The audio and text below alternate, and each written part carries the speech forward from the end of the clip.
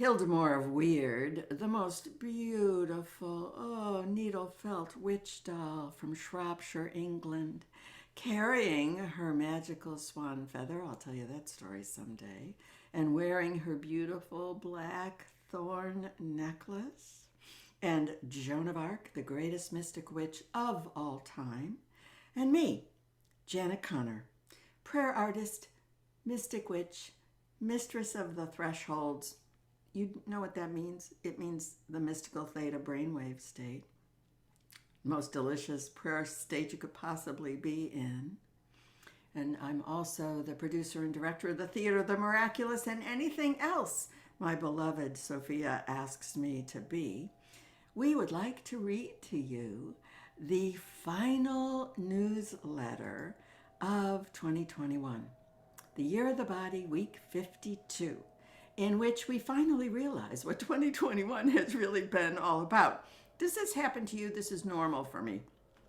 I'm in something, I'm deep soul writing about something, I'm teaching something, I'm writing about something, and it really reveals its fullness well into the process. And I'm sometimes the last one to know.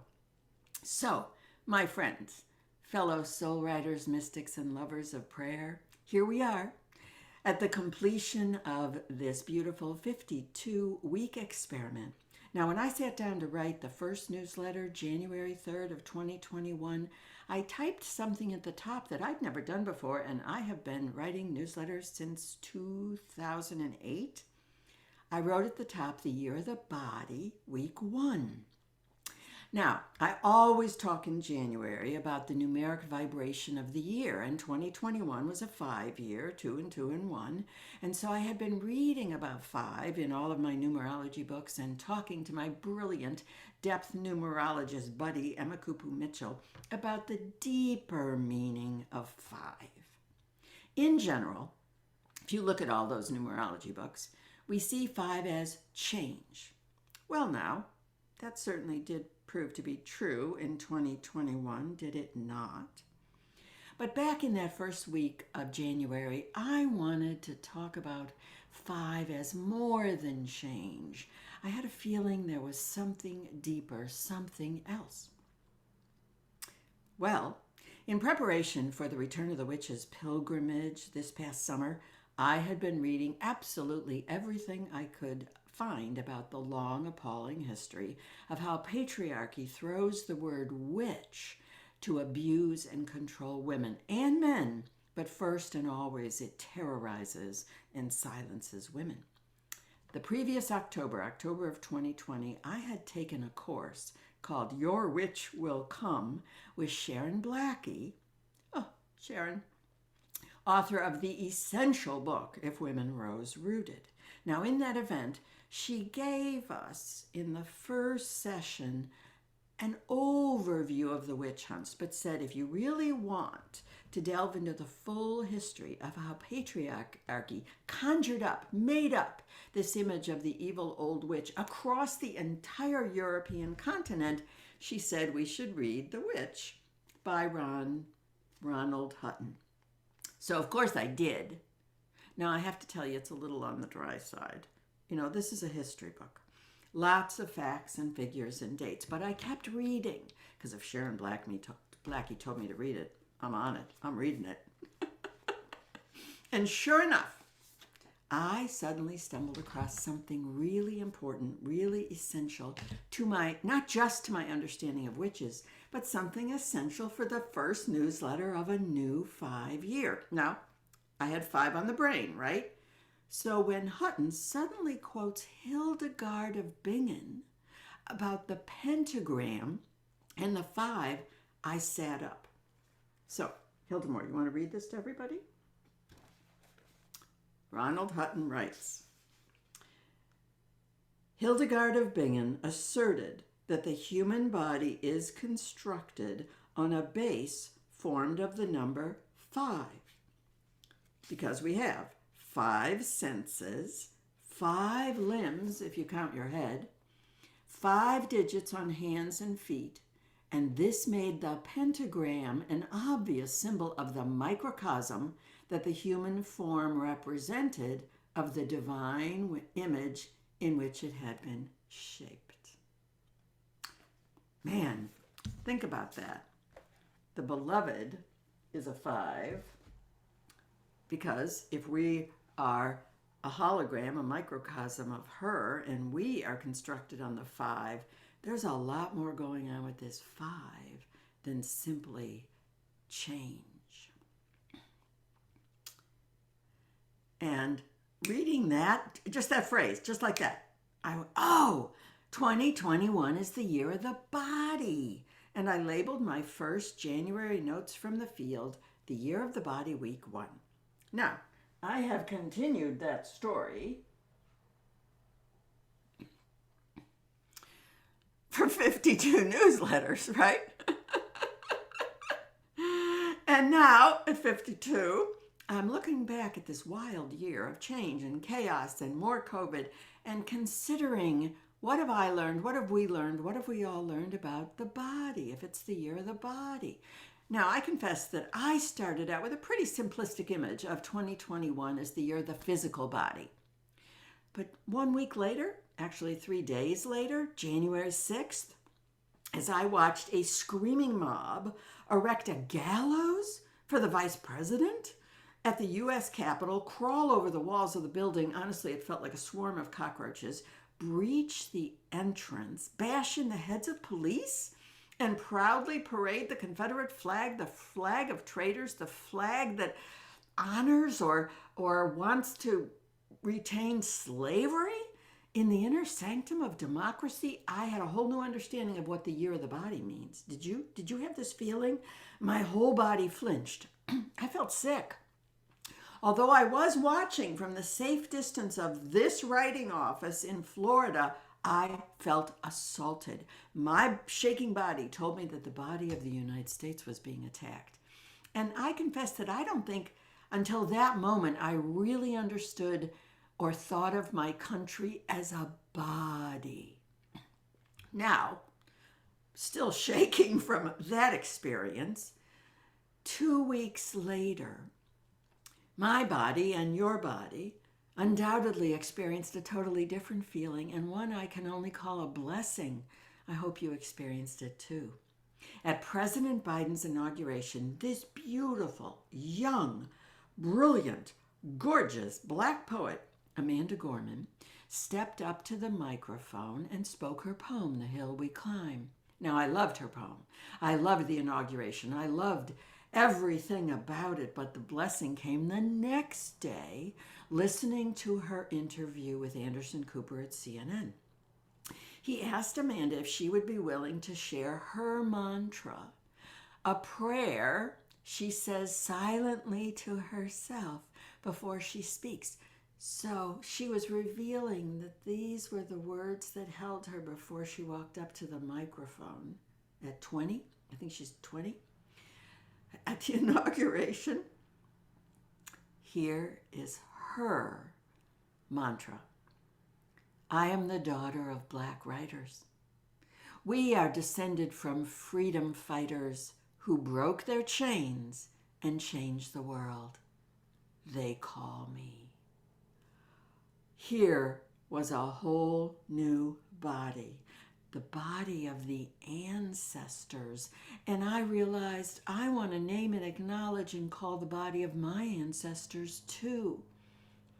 So I immediately picked up a pen, and in Deep Soul Writing, I received my Mystic Family call. And Lori Sweet, who created this incredible image for the return of the Witch's Pilgrimage with Joan of Arc, she created at the same time this painting, and she said, I don't understand what it is, but it goes with the pilgrimage. Well, look at it. This is the painting of our Mystic Family calls. Here's mine. And in the intensive we're going to be doing in January, Free Your Voice, I'll teach everyone how to write your own. I am a daughter. In woman, speak truth. An old and sacred family of mystic witches, past, present, and future.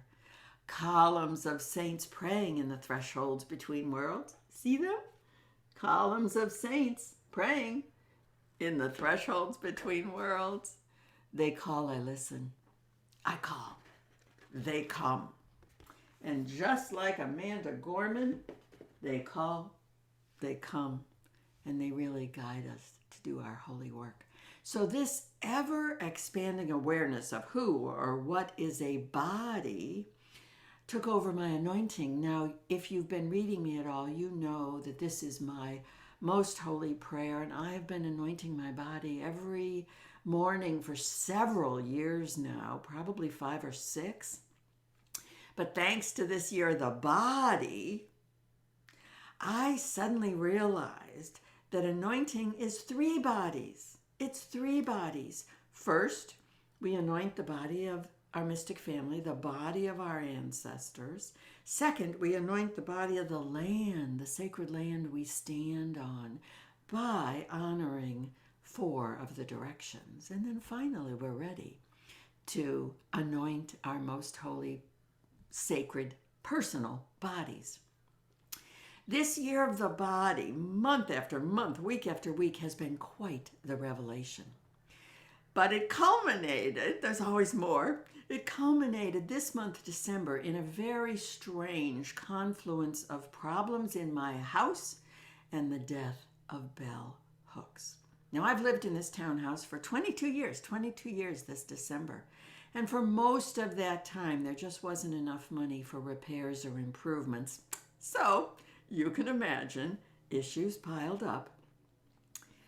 But in the last 3 years, I have been blessed, thanks to offering you these prayer intensives, to have a little bit of extra money to start improving and fixing the house. I fixed the kitchen. The living room, dining room was repainted. The master bath is updated.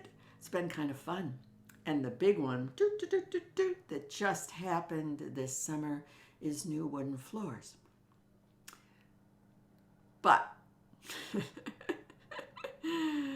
I got to know my plumber really well, thanks to a pinhole leak in the garage. And then, not 1, not 2, but all 3 toilets gave up the ghost. At the same time that the toilets went on strike, I noticed an odd black pile of tiny, tiny specks on the bookshelf right there in my office. Want to guess? I live in Florida. That could be a clue. Termites. Oh my goddess, the body of my house was talking to me and she wasn't very happy. The day I realized, now what are the chances? The day I realized there were termites in the wall, and don't panic, they've been taken care of, Bell Hooks died. And people poured online to pay tribute. I read every single tribute. Parker Palmer, an author I'm sure you know, put this quote from Bell Hooks in his memoriam, and it grabbed me, and it would not let me go. Oh, I love this woman so much. Listen to this. I believe wholeheartedly that the only way out of domination is love. And the only way into really being able to connect with others and to know how to be is to be participating in every aspect of your life as a sacrament. A sacrament, of love. These words, a sacrament of love, broke my heart open, took over my deep soul writing, entered my winter solstice ritual event that we just had with Rabbi Tirza, and it birthed my next novena, a prayer practice, an ancient goddess rosary prayer practice I adore, and it even emerged as the name for 2022, the name on my mandala. I want to be her, the sacred feminine, by whatever name you know her. I want to be her sacrament of love. I think, here I am, week 52, slow learner. Sacrament of love covers all our bodies, all my bodies.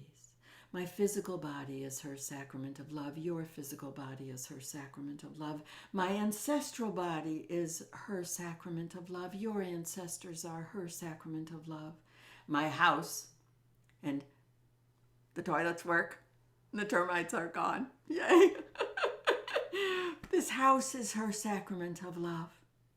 My work is her sacrament of love. My prayer intensives are her sacrament of love. My writing, this newsletter, everything I do is her sacrament of love. So I close this year of the body on week 52, bowing in gratitude to Hildegard of Bingen and Bell Hooks. Surely two soul sisters of love. They might be dancing together right now. So what have these 52 weeks in the year of the body taught you? Have you, like me, discovered how big and vast and uncontainable this word body really is? Next Sunday, we step into week 1 of 2022, a 6th year. And you might be wondering, well, what path, Janet, are we going to walk for 52 Sundays in 2022, a 6th year? Up until Marcia Wade's non-forecast forecast, I did not know the answer to that question. I knew it would come, and it came listening to Star Sister Marcia Wade in the most extraordinary forecast conversation you've ever heard. Listen to this brilliant Star Sister talking about astrology, not as prediction, not as prediction. There are a gazillion forecasts out there predicting what's going to happen in 2022. She talks about astrology as a field of possibility. Listen to her. The link to the astrology forecast is below. And see if you don't hear it. Listen to Bell Hooks. Does she not have the most beautiful name? Her words are bells ringing. As you're listening to Marcia talk about Venus and Pluto and the great celestial dance happening in this 6th year, as you listen to her talk about it as a field of possibility, as you listen to Bell Hooks' Sacrament of Love vibrating in your heart, I think it won't be a surprise when you open next Sunday's week 1 in the year of 2022. We're going to be walking a very sacred, a very holy 52 weeks in 2022. If you don't already get my newsletters in your email, you can subscribe below. I do then record it Monday, Tuesday, Wednesday, and you can subscribe to the YouTube channel. Come and visit me. My website is below. And for sure, listen to Marcia Wade in the non-forecast forecast from prediction to the field of possibility. Joan and Hildemore and I wish you a blessed ending to the year of the body and a glorious first step into 2022. The year of, we'll find out on Sunday. I love you. Thank you for listening to these. It is so much fun to read them to you and get to show you what I'm talking about.